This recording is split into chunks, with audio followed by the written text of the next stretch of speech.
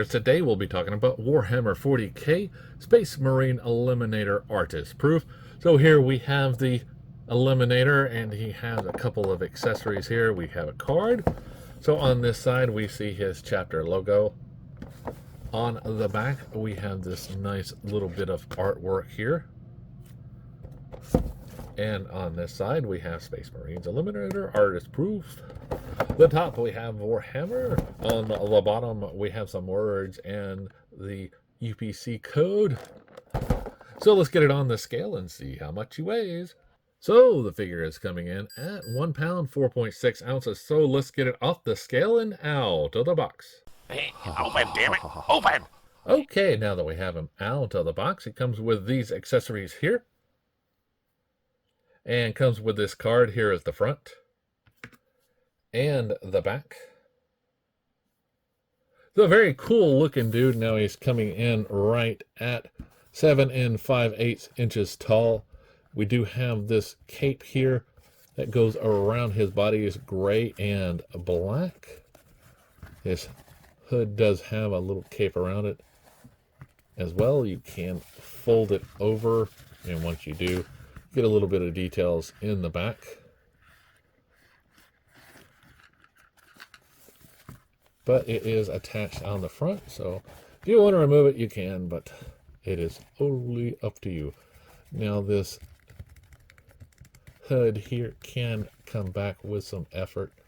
Definitely got to move it out of the way to get it there. And it does take a little effort because this one is on there pretty good. But once you get it over the hump, you can get it. It's a very nice sculpt here. We can see the head. Everything. Like I say, you can put it back on, and hopefully it will go a little bit easier this time, moving it over the head. It's very nice. So his arms do have these shoulder pieces here. These,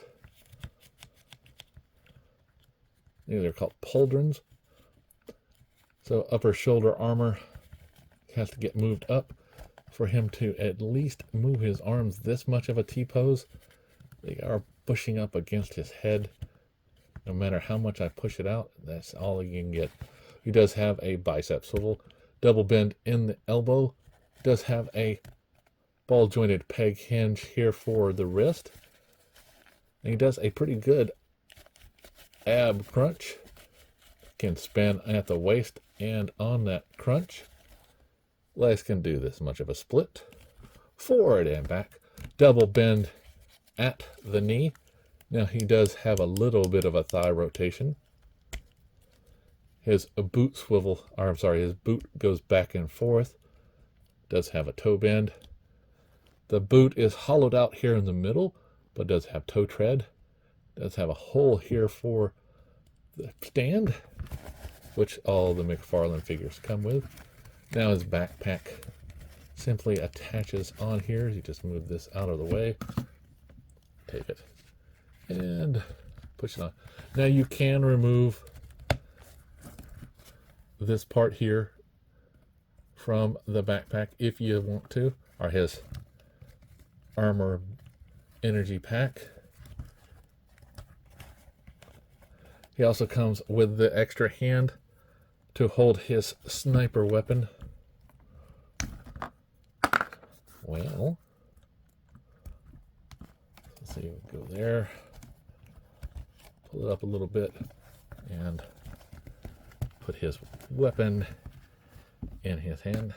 Now it's a very cool looking rifle with the scope on here. No hole at the end, but we do have a hole all the way through here. You do have a little bit of a hole, so if you wanted to add on a string so he could carry it, strap it on, you can.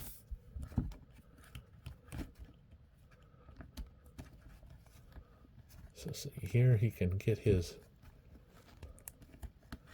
fingers in there. And it falls right out after I sit there and just wiggle it in there. And I've noticed this about the other one also, that it does tend to come out a little bit. Just get it in the finger slot. Takes a little bit of work, and then you definitely have to keep it level. But we can see here, you can get him to hold it eventually, right?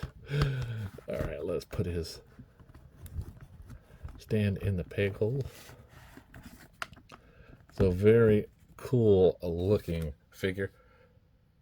Now here is the painted version. You can see the head sculpts are a little bit different. And other than paint job, it's pretty much the same figure. So very cool. And like I say, the top part here is the only really difference in that face sculpt. So if you're looking for this guy, he is currently available. So remember to shop around, like, subscribe, and keep collecting.